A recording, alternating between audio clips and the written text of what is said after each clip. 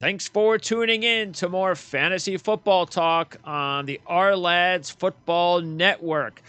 Dynasty Fantasy Football Talk with John McKechnie from RotoWire. John, good to talk to you again. Hey, likewise. Good stuff. As always, excited to be back on. Yeah, and it's a crazy day. It's cut down day. It's official cut down day in the NFL. Biggest news over the last couple of days is Cam Newton. When I had talked to Evan Lazar, my Patriot insider who did the show with me last year. We did a weekly Patriot show, clnsmedia.com. Evan's going to do the show again with me starting next Tuesday. He said, look, the only reason Mac Jones isn't starting is Josh McDaniels wants Mac Jones. But the reason that Belichick's going with Cam is the leadership. Is he values the leadership that Cam has brought to that locker room, and he doesn't want to mess with the locker room by benching him for a rookie with no starts. As soon as all of the off the field stuff happened last week, down goes the leadership. And as soon as the leadership goes down, Cam Newton had nothing left. He had nobody on his side, and it was not a surprise that he got cut. Yeah, exactly. I think you framed it right in the sense that all things being equal, or 2 weeks ago, if we were talking, then the expectation would have absolutely been that Newton, even though Mac Jones is impressing, he's knocking on the door, all that good stuff, it still would have been that this was Newton's job to lose, that Newton would have had to play poorly in the season to lose that starting job. And certainly the expectation would have been that he opened the season as the starter. But like you said, everything that has happened over the last week or so, yeah, it kind of betrays that trust, and everyone's trying to pull in the same direction, and it just didn't work out that same way. So at this stage, with like 9 days before the NFL season gets underway, have a very hard time seeing him latch onto a team and be starting anytime soon. And then there's the whole question of, is he going to agree to be a backup anywhere? So we'll have to see what comes from that. But yeah, a not too unexpected turn of events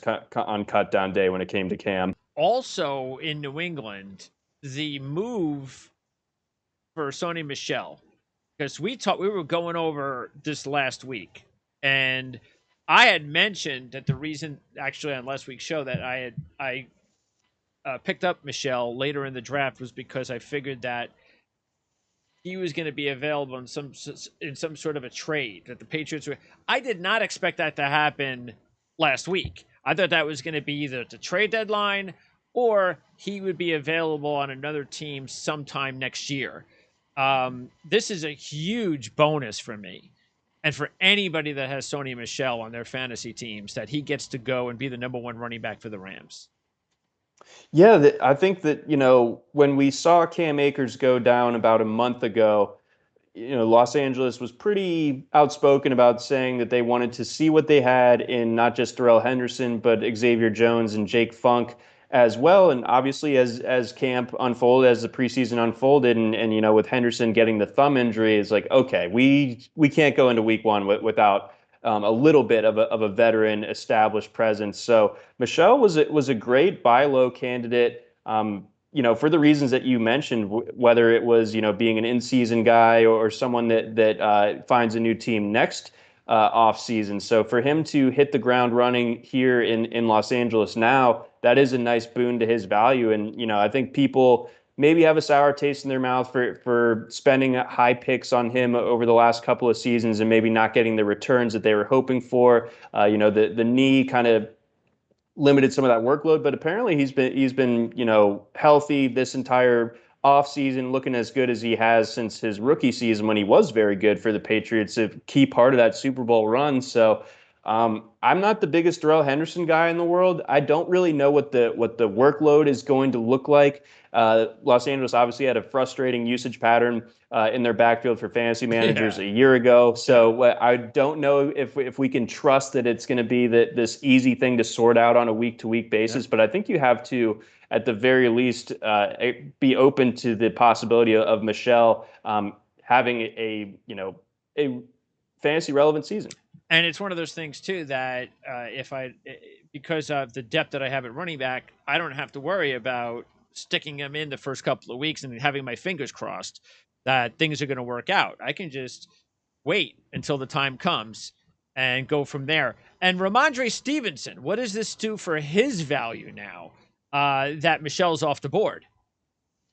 I actually really like this for Stevenson. He's that big back. He was the best probably power back if you wanted to put a label Yeah, on the different running backs from this class. He probably fit that mold the best. He was a powerful runner during his time at Oklahoma, productive player there, and we've seen the Patriots use that power run game to their advantage in years past. We've seen guys who maybe weren't that great of actual running backs really thrive in that system. I still like Damian Harris to kind of move sure. ahead and be like a true high end running back too Yes. this season potentially. But even still, I think that there's going to be room for Stevenson, and with Cam out of the equation there now, you got to figure some more goal line carries open up, and Stevenson's an obvious candidate to take some. I think this is just, in my opinion, for dynasty owners, I think it's just as big a deal for Stevenson owners as it is for Michel owners, and maybe even more so for Stevenson owners because of the fact that if the Patriots are not going to trade Michel unless they feel that Stevenson's ready to pick up those carries. And like you said, he's going to get those goal line carries too. By the way, Nelson Agholor was a free agent pickup for the Patriots. And you just mentioned they don't have a whole lot to work with at wide receiver. Where's his value, you think? He's an interesting case. Obviously, he had that breakout season, the late breakout season last year with the Raiders, cashed in on it with the free agent deal in New England. I mean, he could very well be the number one or number Could two be, yeah. receiver there in New England. I think we are probably justified in questioning if they're going to have like a super high passing volume in this offense. And Agholor runs his routes a little bit more down the field. Are they going to trust Mac Jones to get it to him early in his career? Not totally sure, but I think it's kind of like a check status, maybe like a slight upgrade with the move with the move away from Cam and to Mac Jones when it comes to Nelson Agholor. But I still think that he's someone that you don't want to be necessarily relying upon for dynasty purposes. For him to do what he did a year ago, you just wonder if that was a flash in the pan, something a little bit similar, although he did it over the course of the entire season, like a Brashad Perriman and what he did in Tampa Bay, and then parlayed it into a deal in Detroit, and then he got cut earlier this week. So we'll have to see. It's hard to trust Agholor one way or the other, but our buddy the Fanamic took him in the 18th round, so it's not like he ponied up too much to get him. All right. Another key headline over the past week was the injury to J.K. Dobbins. Now, because you look at the backfield with Ingram gone, you do have Justice Hill, but we don't know enough about Justice Hill, whether or not he's going to be ready to take up a pretty good share of the carries that Dobbins was going to have, and how much more does this put on Gus Edwards? I wasn't necessarily sold that Gus Edwards' carries were going to shrink. I thought maybe you would definitely see Dobbins definitely would get more carries and Edwards less, but I didn't think it was just going to be Dobbins was going to become like the 75% guy and Edwards was going to get a few carries here and there. So I think that this is a good thing for Gus Edwards owners, but I don't think it's like this major deal. If anything, this now is interesting with Justice Hill because I got to imagine he's a free agent. Yes, so this is we'll peel the layers of the onion back here. So obviously with Dobbins being out, he was expected to be the lead guy in this backfield. But as you alluded to there, I mean, Gus Edwards, someone who got an extension this past offseason, he's kind of like that prototypical Ravens running back for the Greg Roman system. He's always been effective in his role, always averaging like 5 yards a carry, that kind of thing. So he was never going to be written out of the offense. I think the way to which maybe some Dobbins investors would have hoped. Edwards still doesn't have a ton of pass catching acumen. I think his career high for any season in college was like 13 catches or something like that. So we don't expect him to do a ton of that. But I think that we can now, this offense being as run heavy as it is and as banged up as the Ravens pass catchers are right now going into the season, I think Edwards can be someone that pushes for that 225 to 230 carry type of season. I really do. So this actually I do feel like is a pretty big boon for Edwards. And I'll comment here when it comes to Justice Hill. I wouldn't go chasing that personally. He's someone that was injured for a lot of this offseason and for training camp. And he obviously hasn't impressed very much during his first 2 seasons in Baltimore, despite them spending some draft capital on him. So he'll make the team, but I wouldn't necessarily go chasing Justice Hill. Now that's not necessarily to say that you need to go for that next guy up on the depth chart, Tyson Williams. But I think he should be on your radar potentially more than a Justice Hill. I think that he's someone that impressed a fair bit. He was on the practice squad last season. So if you wanted to dive a little bit deeper into the weeds and do some roster projection, maybe Tyson Williams would be the guy to keep an eye on. But it really wouldn't shock me at this point if the Ravens look outside the organization and target a veteran cut from another team. That's what it sounds like to me. And there's going to be enough quality running backs, there always are, on the waiver wire, that if you put them in the right system, they're more than capable of being a number 2 on the Ravens. So what you're saying is, and what I think you're saying is okay, yes, Edwards, great for anybody that has him. The uptick is there, but as far as the backup situation, just forget it. Wait until you find out who they bring on, because that person is probably going to be the player that you wind up thinking about more than anybody that's on this roster. Yeah, I would imagine so. We'll see what comes out these next few days. I think I saw Devontae Freeman might be a free agent. Corey Clement, I believe, is a free agent after today as well. So both those guys offer some pass catching. So maybe they would be a potential answer there in Baltimore. But yeah, as it stands, Justice Hill, I would say that he kind of stands out as like a fool's gold right now, and Tyson Williams, it probably a bit too much of an unknown to really put much stock into, but I think you need to leave open the possibility. He is going to make the team. It's just a matter of are they going to sign over him essentially with one of these pass catching bets? He doesn't have any good history, and that's the problem. And you just mentioned he's had a bad preseason, so I don't see it. I think this is too valuable to this organization that if any franchise is going to say, all right, we'll even make a trade and give you a 7th rounder to pick up your 3rd or 4th running back on your roster, I think the Ravens have to do it. I just think it's too valuable, especially if anything happens to Gus Edwards now. Yeah, then I mean they can just pack up the tent, because I mean they're so predicated on the run that would be the end of their season. I mean their season's already fundamentally changed without Dobbins.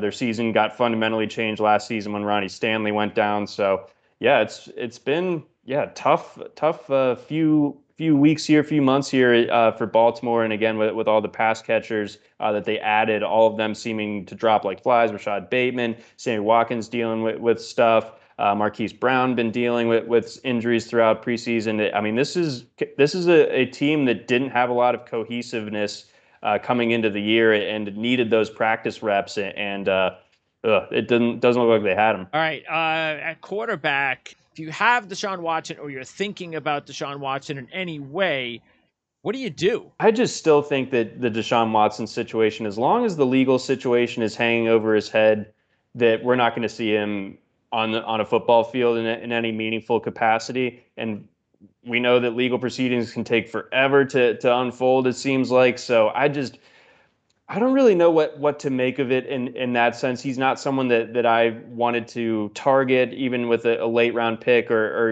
it was trendy in redraft leagues to spend your last round pick on a guy like Watson. I just don't really see it. I think that we're going to have a lost year for him. I think it would be crazy for any team, the Dolphins or anyone else, to trade multiple first rounders for someone who has these type of things hanging over his head. So as talented as he is, I mean, if he didn't have those, then he would have been a first round pick in our dynasty, like no doubt about it. So there's always going to be the allure of that talent potentially seeing the light of the day, potentially seeing the field again. But until we know more, it's To me, it's a stay away. Okay, so what would you? Let's say somebody is just infatuated with the idea. I want to get this guy. I think he's going to get traded, and he could go to the Eagles or the Dolphins. He's going to go somewhere, and then he's just going to blow up. I want to get him. What would you suggest they not go any higher than as far as draft pick compensation? I think it would be hard to get much more than like a second and a third or something like that for next year's draft. If you're talking about Watson, he's just such a tough valuation right now because we just literally don't know if he's going to be a 17-game healthy scratch in Houston, or if like you said, in this particular scenario, the confidence that he is going to get traded somewhere and play. If that person is that confident on that idea, then maybe you can parlay that into a first round pick type of compensation potentially. But this is just a really tough read for me. I have a hard time completely figuring out what his dynasty value is right now because I think there's just so much uncertainty around him. By the way, it's interesting how the difference between the value of draft picks from your first draft in a dynasty league is completely different than the value in future drafts. Because, like you said, he was an 8th round pick, which might have even been a little high this year, but you're going to be able to think about maybe a second, maybe a third in future drafts because, again, it's not the same pool of players. So, right, exactly. All right, so Jameis Winston, not a surprise that he got the job. And I think that's what I would want. And I know that one of our owners has both players. And because of that, I think that owner should be happy that Winston got the job. Yeah, 100%. So he kind of set himself up for success no matter which way the Saints went with it. And I think that the Saints are going to kind of make a pretty concerted effort to just really go with Winston. I don't know how much they're going to need. I mean, Drew Brees' arm was so shot towards the end of his career that they needed to find some way, apparently, or at least they thought so, to get Taysom Hill all these reps and get him involved in different series and that kind of thing. But I think they can just kind of play it a little bit more straight up this year with Winston. Winston's obviously looked really, really sharp in the preseason, and for him to win that job is impressive, and I think it speaks volumes. He's going to be in a situation where, Sean Payton is designing the offense, calling the plays. That's a huge benefit for him. Obviously not going to have Michael Thomas through at least the first 5 games this year. Adam Troutman a little bit dinged up as well. So kind of a no-name group as far as the pass catchers around him. But I think Winston's veteran experience plus being in a better designed offense than he was in Tampa Bay, I think this all sets up really, really nicely for Winston. So he's firmly, the arrow is trending way up for him, and I think that the manager that has both Winston and Hill can now kind of rest easy knowing that this is a decision that has been made, and you can probably move on from the guy that didn't win the starting job. And in this case, it's Taysom Hill. I was just going to ask that. So that's what you would do. You would okay, now that you know, especially since it's Winston. I think if it was, well, then again, if it was Hill, then you'd be like, oh, Winston, if he didn't win the job, then I'm not going to waste my time with him. But yeah, that makes a lot of sense that you would now say, okay, now I have an open roster spot. And let me see if I can get somebody better than Taysom Hill. Yep. Chris Herndon was traded to Minnesota, and a player that was and is more than likely available. He's now going to go to a Minnesota offense where Kirk Cousins is a lot different than what was going to happen with the Jets. How do you value him as a free agent? I feel like generally there will be someone that is a little bit more of a Chris Herndon believer than I am at this stage. I'm not a big fan personally, and we're in a situation now in Minnesota. Obviously, the Irv Smith injury is what prompted this move in the first place, and I was never really buying in on Tyler Conklin. Kirk Cousins obviously does like to use the tight end, so that there is some logic there, but it comes down to Chris Herndon performing, and we haven't really seen him do that since his rookie season in 2018. He's only 25, so is it worthwhile to maybe kick the tires, especially if you're weak at tight end, if you need a second or a third tight end? Maybe he starts to make some sense for you, but he's not necessarily someone that I'm chasing. This doesn't move the needle for me. Was John Brown on rosters? I don't believe Okay. so. I think that you look at this Vegas receiving core. You have Henry Ruggs and Bryan Edwards coming into their second seasons. Both of them pretty promising. Ruggs obviously has the higher pedigree and was a bit more of a disappointment last year, but I think that he can start to come on this year. And then of course you're going to have Darren Waller, chewing up close to a third of the targets in that offense. So Brown basically was ticketed for almost like a decoy role or just, kind of being that speed threat, but that's kind of redundant when you already have a guy like Henry Ruggs. I would wonder if, the Rams or I'm sorry, not the Rams, the Lions, given their lack of any talent really in their receiving core, maybe they would kick the tires on him. His game doesn't really mesh with Jared Goff's all that well, but it could work, and the Lions do need to do something about that receiving core. And Brown probably one of the better free agent receivers available. By the way, we talked about Patterson, Jared Patterson with the Bills, with Washington last week. Yes. And now with Peyton Barber getting cut, looks like Patterson is definitely the number 2 guy there. And knowing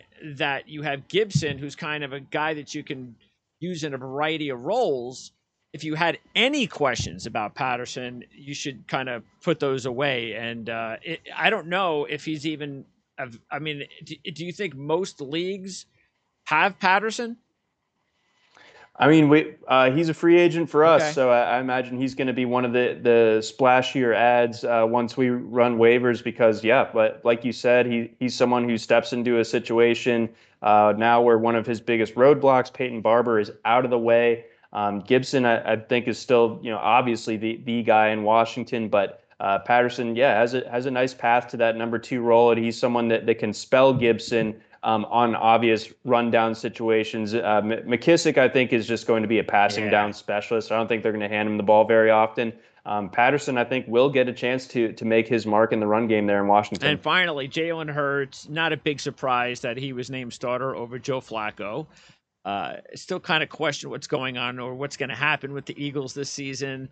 Fulgham, by the way, who had such a big start to last season when they were having all these injuries at the wide receiver position, didn't even make the team this year. So that's a good thing, I guess, if you're the Eagles. Your number 1 receiver in the first for most of last season was cut this offseason. So maybe that says something about how you've improved your depth at wide receiver.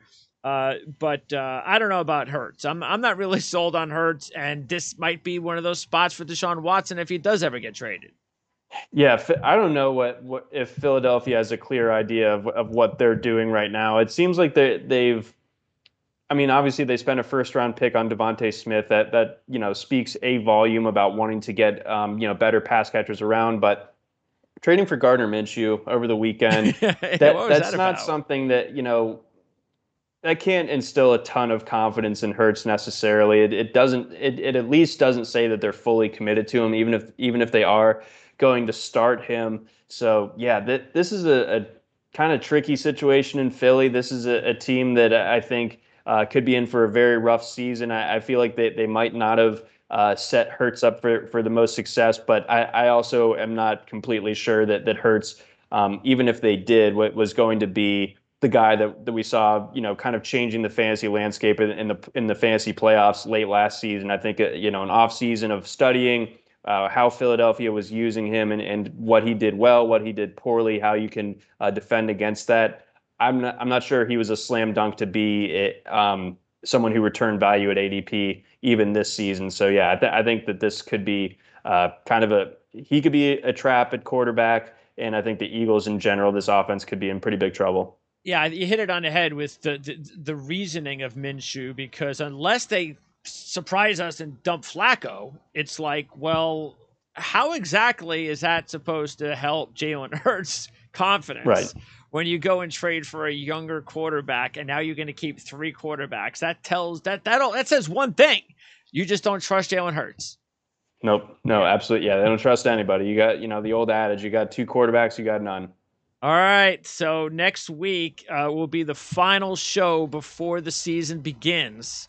It'll be 2 days before the season kicks off. And I'm sure, again, we're going to have a bunch of transactions that are going to take place between now and next week that we'll be able to go over because I think the rosters will be pretty set by the time we do our show next Tuesday.